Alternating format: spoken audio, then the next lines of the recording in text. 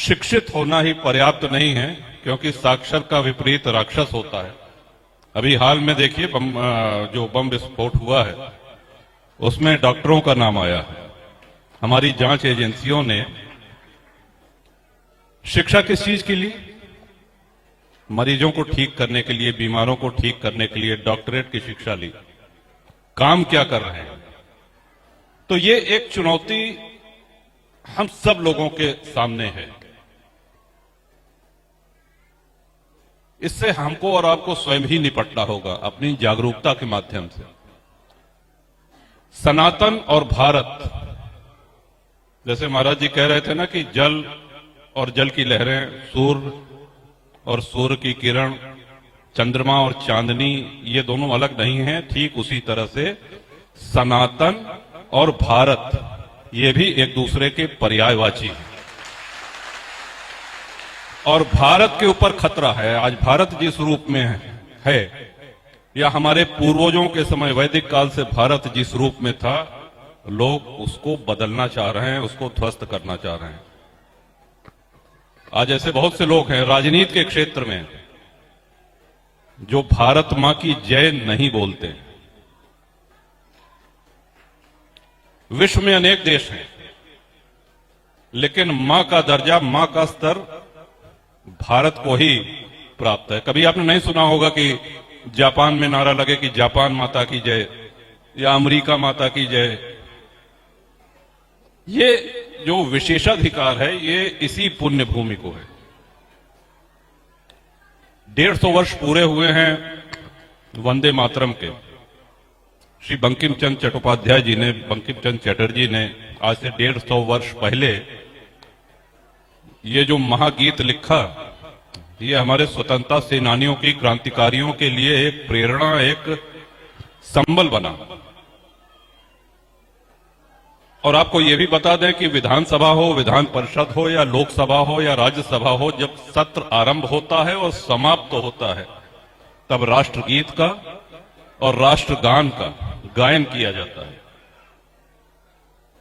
लेकिन वहां भी ऐसे लोग हैं जो गायन करना तो दूर, वंदे मातरम हो रहा है, खड़े तक नहीं होते और जनप्रतिनिधि बने हुए हैं। ये सब हम लोगों को, क्योंकि ये आज इस पावन सभा मंडप में बोल रहा हूं, इस सोशल मीडिया का युग है, इंटरनेट का युग है, ये बात दूर दूर तक जाएगी। तो यहां के माध्यम से हर जगह पहला निवेदन तो ये करना चाहूंगा कि जनप्रतिनिधि ऐसा चुने जिसका सनातन धर्म में आस्था हो, जो भारत को मां माने, जो वंदे मातरम गाए। और दूसरा, अपने जो भी अनुज हैं यहां पर बैठे हुए हैं, हमारी छोटी बहनें, हमारी बच्चियां हैं, हमारे बालक जितने यहां पे हैं, हम सनातनी हैं तो हम सनातनी दिखने भी चाहिए। टीका लगा हुआ करें, चंदन लगा हुआ करें।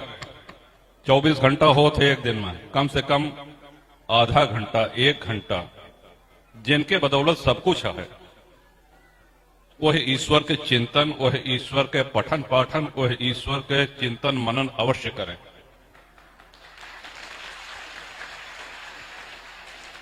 कहूं हम तो यह कहे थे कि दूसरे धर्म से कुछ कुछ अच्छी चीज जो उनके है वो प्रेरणा ले चाहिए। आज जातिवाद में बटा हुआ हमारा ये सनातनी समाज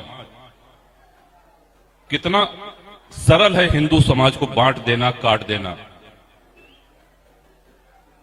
हैं कुछ महात्मा ऐसे जो कह रहे हैं कि बटोगे तो कटोगे। धीरे धीरे अब लोगों के समझ में भी आ रहा है। हिंदू समाज की एकता के लिए पदयात्रा निकाली जा रही है। आम जनमानस बहुत सहर्ष, पूरे उत्साह के साथ उसका स्वागत कर रहा है।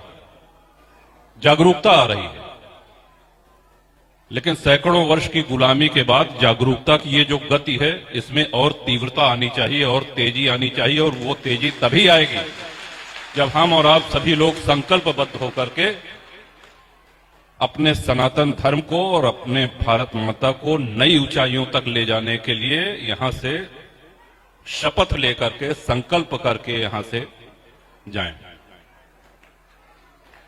महाराज जी के अमृत वचन सुन करके प्रभु श्री राम, प्रभु श्री कृष्ण, इनके आदर्शों से प्रेरणा लेकर के हम अपने जीवन को सफल बना सकते हैं।